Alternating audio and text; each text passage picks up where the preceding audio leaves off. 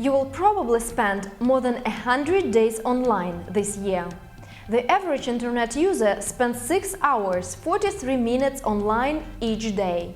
If we allow roughly 8 hours for sleep, that leaves us with about 40% of our waking lives being online, and about 1/3 of that time is on social media. Now, how do you make the time work for your organization? This is what we'll try to figure out today.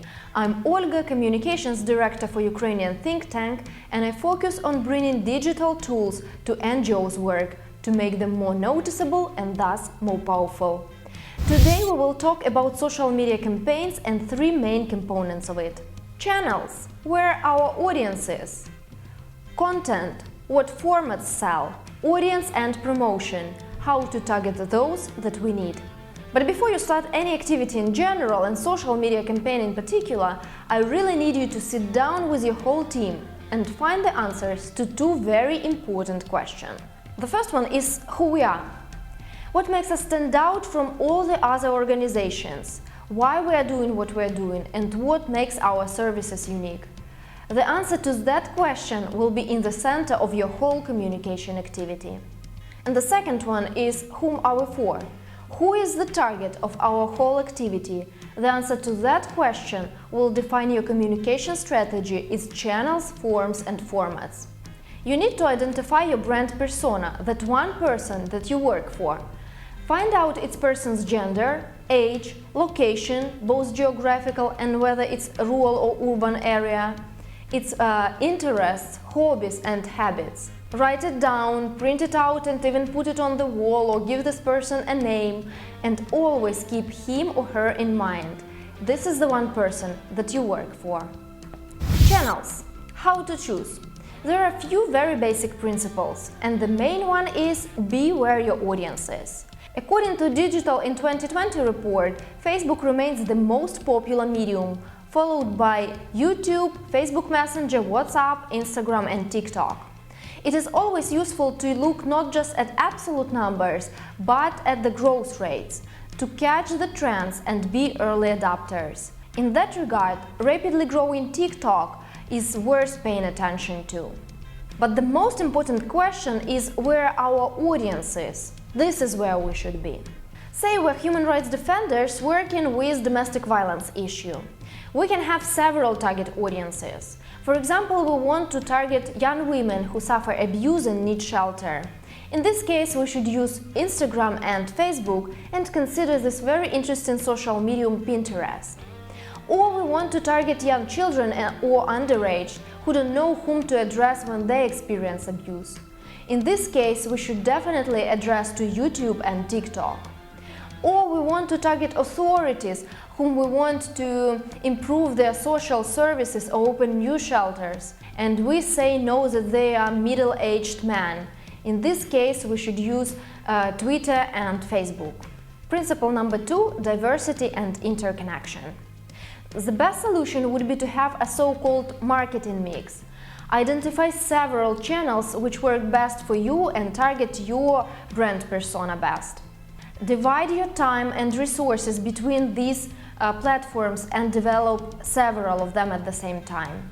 It is always challenging as resources are always limited, but it pays back when the algorithms of one platform change and you already have a backup plan.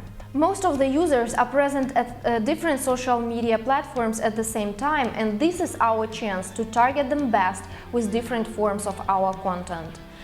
They say that the customer needs to see your message 7 times before he or she takes any action. Principle number 3, build a network. Simply having a Facebook page is not enough for sufficient social media presence. Algorithms ensure that information from brand pages is distributed much worse than information from personal pages or groups. So instead of simply having your NGO's page, create the whole infrastructure around it. Create a few fan pages to engage your community and encourage dialogue. If we come back to this example with domestic violence issue, you could, for instance, launch a closed group for these women who suffer abuse, where they could share their stories and offer help and support to each other. or you could launch a closed group where your lawyer could provide them with some consultations on their issues.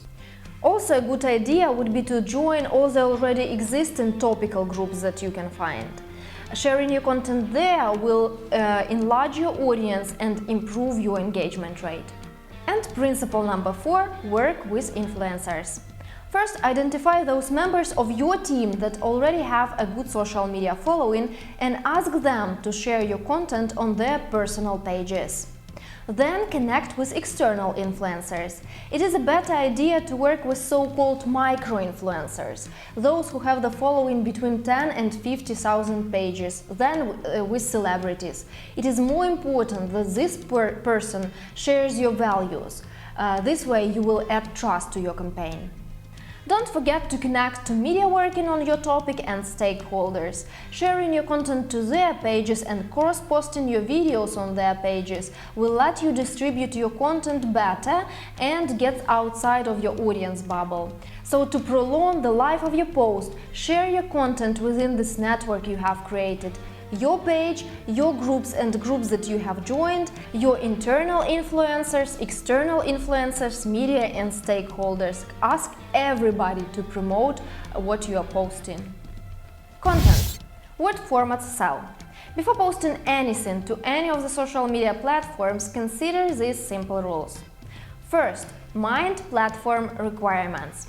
For example, there is this always up-to-date cheat sheets from Sprout Social that will help you with dimensions for the images and videos for any social media platform. 2. One piece of content should deliver one message. Do not overcrowd your post with information and visuals. Keep it simple and consistent. And 3. Always experiment and test. So, what formats are the best?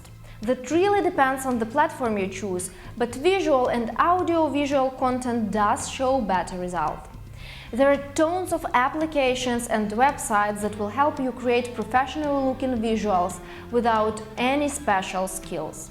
But today let's talk about some forms and formats that are usually undermined by NGOs. The most popular format on Facebook is live video. Live video is the best solution when you don't know what to post. Frankly speaking, it requires the least technical preparation on your side, but the more interactive you make it, the better results it shows. Here are some simple ideas that you can basically use every day for your live streams. Q&A sessions with your experts and stakeholders. You can make them regularly. For example, every first Monday of the month, your expert goes online and answers the questions that are coming live or those questions that you've collected during this month. Voting or polling on some interesting topics. Don't forget to catch hype on social media and join the discussions from your own angle. Ask the questions that might interest your audience. Live stream your Zoom discussions, have interviews with stakeholders or experts from other organizations. Live stream your offline activities, live stream from your office or some demonstration on the street. Don't be afraid to go live whenever you have this opportunity. Stories. All platforms already have this format and it's more and more popular with users. It's the first thing you see when you open your app, and then it gives you some kind of confidentiality. Stories disappear 24 hours after they are posted and they are not archived, so it gives this impression of more freedom and less responsibility. A few important things to consider when you make stories. Mind the vertical format for your videos and images for stories. And here are a few very simple ideas that you can basically use for your stories every day. First of all, now. What is going on now in your office? How does your workplace look? How does your team work? How do you prepare your reports? This is something that can be posted in stories. Idea number 2, announcements. What is coming up? What events will you host online or offline? When is your report coming? You can repeat that announcement as the event is approaching in different formats and styles. 3 will be different interactives, polls and quizzes, something that your audience can participate in. Backstage is always a good idea. Show your audience how your videos are shot, where you work, what is on the backstage of your event. It is always interesting to sneak peek behind the scenes. Digest is also an evergreen idea.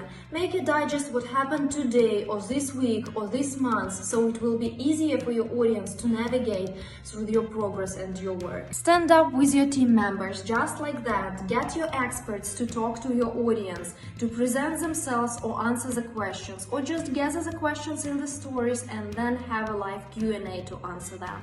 Data indicates that more natural stories, less polished content, gets more attention and retention on social media. Interactives.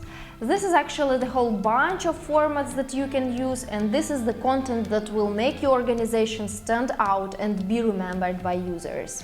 The best content is the one where your users are engaged, where they can show their opinion and feel important. Some examples of such content can be quizzes, games, and polls. For example, such platforms as BuzzFeed or LiveReacting can help you create them easily. You can also create all kinds of personality tests. What kind of human rights defender are you?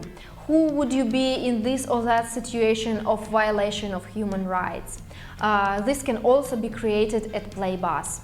Use whiteboard animation to explain your complicated issues in simple language.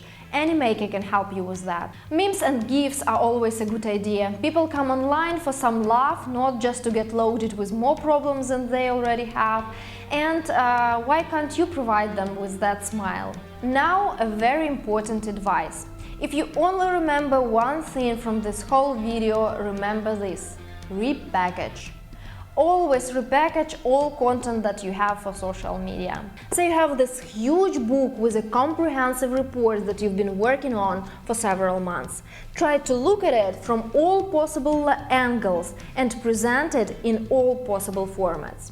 Host live online discussion, shoot short topical videos with your authors, and also vertical videos, 15 seconds ones for your stories. Make a poll on the issue discussed in your report. Dig out all the possible visuals and infographics from this report and make a separate post for each of them. Post visuals with quotes from your authors. Just try any format you can think about. Audience and promotion. How to target those that we need. When your post goes live, this is the most important time that defines its performance. First hours matter the most. Our task is to prolong the organic life of our post, and for this we should engage this whole infrastructure and network that we created. Our page, our fan groups, our influencers, external and internal, our stakeholders and media. If Facebook sees that the post is getting engagement, it promotes it to more people. If they also like it, the organic life of the post continues. Engagements have different weight. What we want most is comments. They are most valuable and longer ones are better than one word. So your job is to heat up the discussion. Never leave any comment without an answer, and your answer should also imply the next comment from your respondent. When to post? Here is a research from Sprout Social that shows that the best time to post is Wednesday 11 a.m. and then from 1 to 2 p.m. But actually it's only your page insights that can tell you when your audience is active. For example, you want to target young mothers who wake up at 3 a.m. to feed their children and scroll through their social media feed. So you should be posting at 3 a.m. But what is certain is that posts should come every day, at least once a day.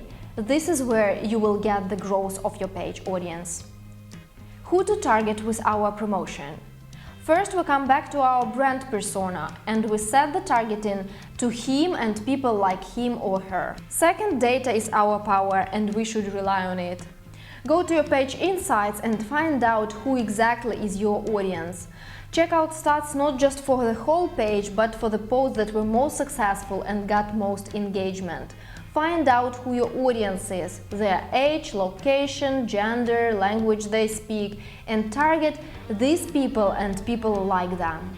Third, retarget. Collect all the possible data about people who interact with your organization.